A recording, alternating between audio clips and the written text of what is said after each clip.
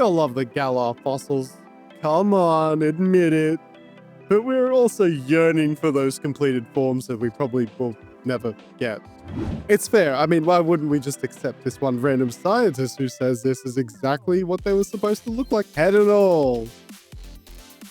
But I'm here to try and rectify this by not only completing the fossils, finding those heads and the booties to reconnect. There's somewhere here in Galar, I'm sure. But also get the halves we never did see and combine them to make new abomination fossils. That's right, I'm righting wrongs and then I'm wronging rights here in this video. Oh, that was hard to say. Hey, comment down below what prehistoric creatures you'd like to see as a Galarian style abomination fossil and what typings they'd have. Let's jump into our first fossil with a fossilized bird, the Zolt part of our fossils. When I created these, I felt much more capable of seeing the final picture of the two head parts of the Pokemon, rather than the opposite sides. I like to think Raptor-Zolt here as some form of very ancient Pikachu. I mean, the cheeks and yellowness give me at least some form of mimicry vibes. Perhaps there was just some kind of giant caveman Pikachu that would have hunted it down if, they didn't look like them or something, I don't know.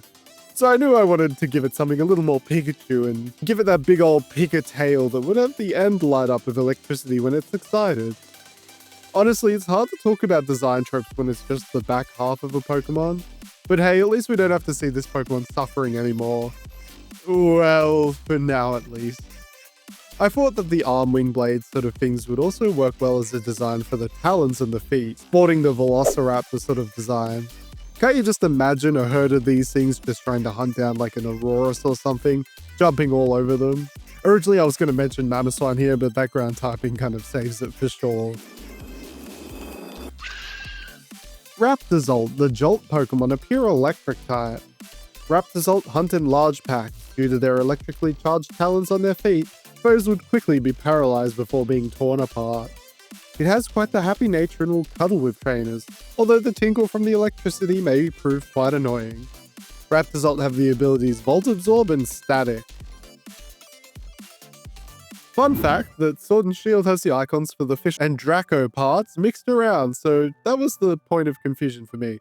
But yeah, we're doing the fossilized Drake next, which is the Draco parts of the design. I did a little bit of research into what could have been the inspo for this back half, and I settled on the good old-fashioned Stegosaurus. It makes sense, they have big plates along the back a bit like Draco-Steg here. I wanted to have all the designs have a bit of different personalities between the fossils. If Raptor-Zolt is kind of happy-go-lucky, then I wanted Draco-Steg to be this sort of just chilled-out giant. The design isn't anything too wild, but I like that as the idea. You get more visual interest out of going wild on a weird Frankenstein design than the normal creatures, but also your conscience gets the peace of mind of not having a creature that can run fast but can't breathe air, something crazy like that. Interestingly enough, I believe that this Pokemon is supposed to have Sand Rush if the hidden ability of the Galar fossils are anything to go by, as their first two abilities are from the head and the secondaries of the body. So this big guy just kind of loves running through sand. Draco-Steg, the spine Pokemon, are dragon type. Draco-Steg had a quiet life where not many would try to hunt it. Only the fearsome Tyrantrum would try such things. It is thought that Draco-Steg went extinct due to extreme weather conditions, its dragon typing falling quickly to the cold weather. Draco-Steg have the abilities Sand Rush and Rough Skin. Another head this time, and we got the Vish, the other confusing part in the fossilized fish, and a bit of a fan favorite, I'd say, seeing as at least part of it featured on Ash's team. With Arctovish, it already felt almost complete if the head was, flipped around, so I tried hard not to have it kind of skew my decision making in how to complete the body. I went with a Dunkle-Vish for the rest of the body here, having kind of a long and a bit stocky looking lad. Kind of imagining it in game with all their flowy movements and kind of reminding me a bit of how Goldeen would move. And generally thinking about how this thing looks like it kind of has no brain in every depiction of it. Sorry, Dunkle-Vish, that was a bit harsh, I guess. I like how in almost every depiction of this Pokemon, their head plate changes color. So in the full version, they're honestly just monochromatic as all heck. Just blues all the way, but it suits it, especially with just the pure water type. I do think that fish Pokemon aren't my favorite, so its completed form doesn't really give me any excitement that the Horrific Chimera normally does, so I'm sorry, Dunkle-Vish. Maybe next time. Dunkle-Vish, the chomp Pokemon, a pure water type. Dunkle-Vish aren't the smartest, but their hardy nature let them live much longer than any other fossil Pokemon. Some say that there are still deep-sea Dunkle-Vish to this day. Their jaws are terrifying and capable of shearing entire metal from boats. Dunkle-Vish have the ability Strong Jaw and Water Absorb.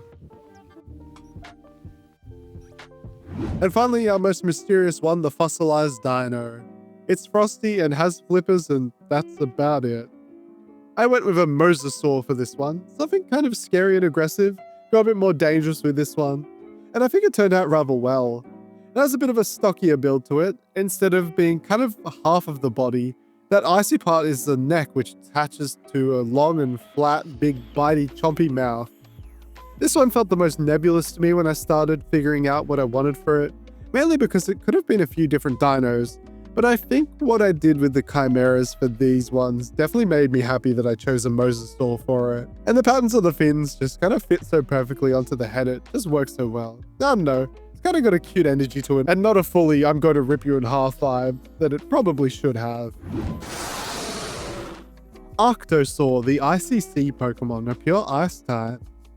Arcto-Saur lived in frigid seas, devouring anything that passed by its maw. They would climb up on icy sheets and hunt the ancestors of Ice-Q.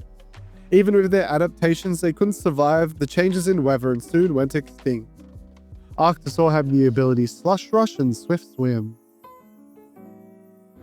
So there we have it, our 4 completed fossils. What a perfect group of boys. I'm sure nothing bad will ever happen to them if the other halves happen to have Wait, what are you doing? Caralis, no!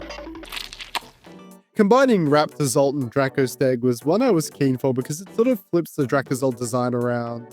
Instead of big booty with a small head, a giant head with tiny legs. I actually started out with the design having kind of 2 big leggies actually, and it felt way too balanced. I wanted this thing to still feasibly be able to walk, but make it look just awkward enough to where it looks like it wouldn't enjoy the walking. And in fact, this is probably why it was thought to go extinct. You know, by the scientists who believe this existed in the first place. God, I love the gimmick of these fossils. It's so goofy and kind of implies that really any bones could be put in the machine and turned into a freak. Heck, get some human bones in there with a Charizard. I want to see the freak that comes out then. Raptor-Steg here makes me think of Winnie the Pooh. Either it's the mannerisms or the tongue hanging out with the hand up looking like it's about to take a big ol' just handful of honey and slurp it up. Raptor-Steg, the fossil Pokemon, are dragon of the electric type. Raptor-Steg were incredibly dull Pokemon that would do nothing but eat leaves from tall trees. They went extinct due to their lower halves being impossible to hold up their top halves for long. Their palms have electric charges that they could use to incapacitate foes. Raptor-Steg have the abilities Rough Skin and Static.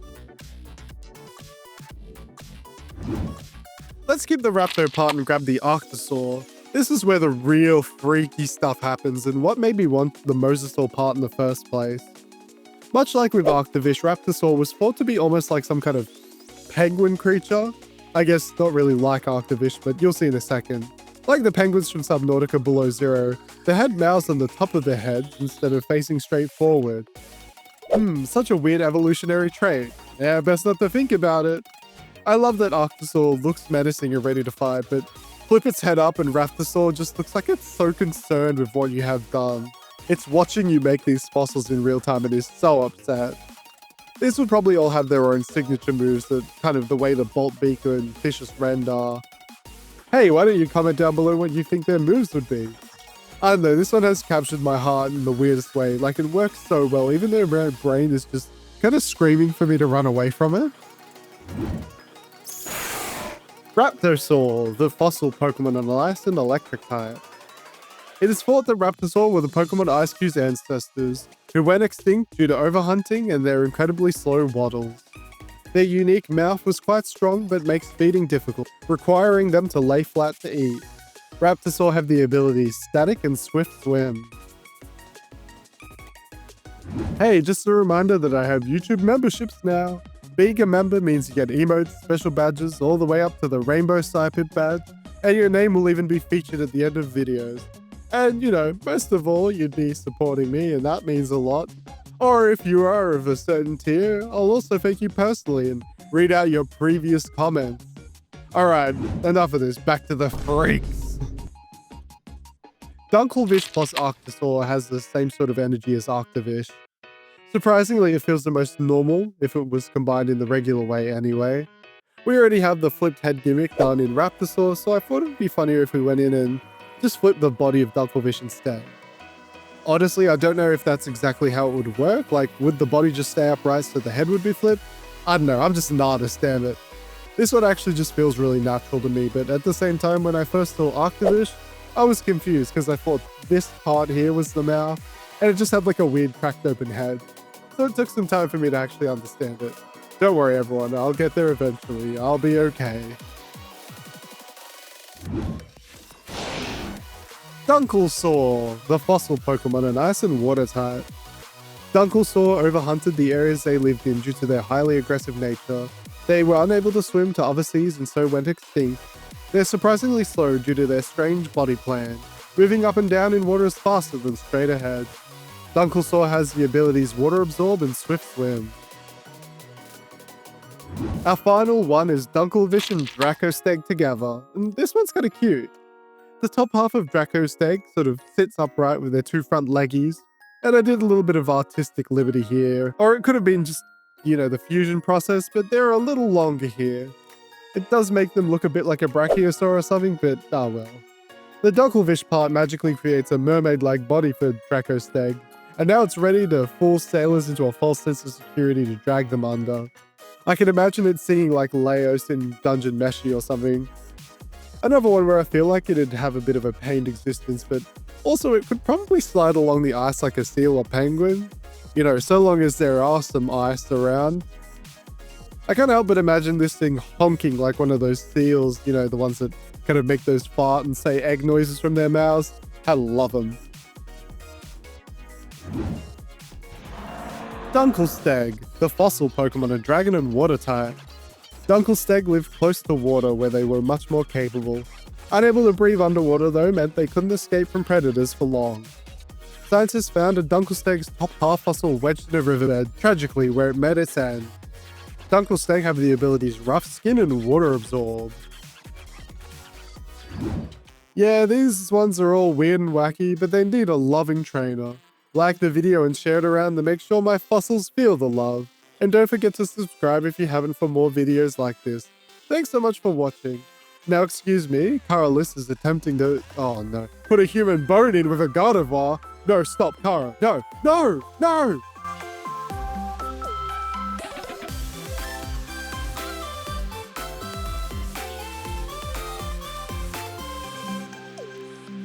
Our scientists have done things which nobody's ever done before. Yeah, but your scientists were so preoccupied with whether or not they could, they didn't stop to think if they should.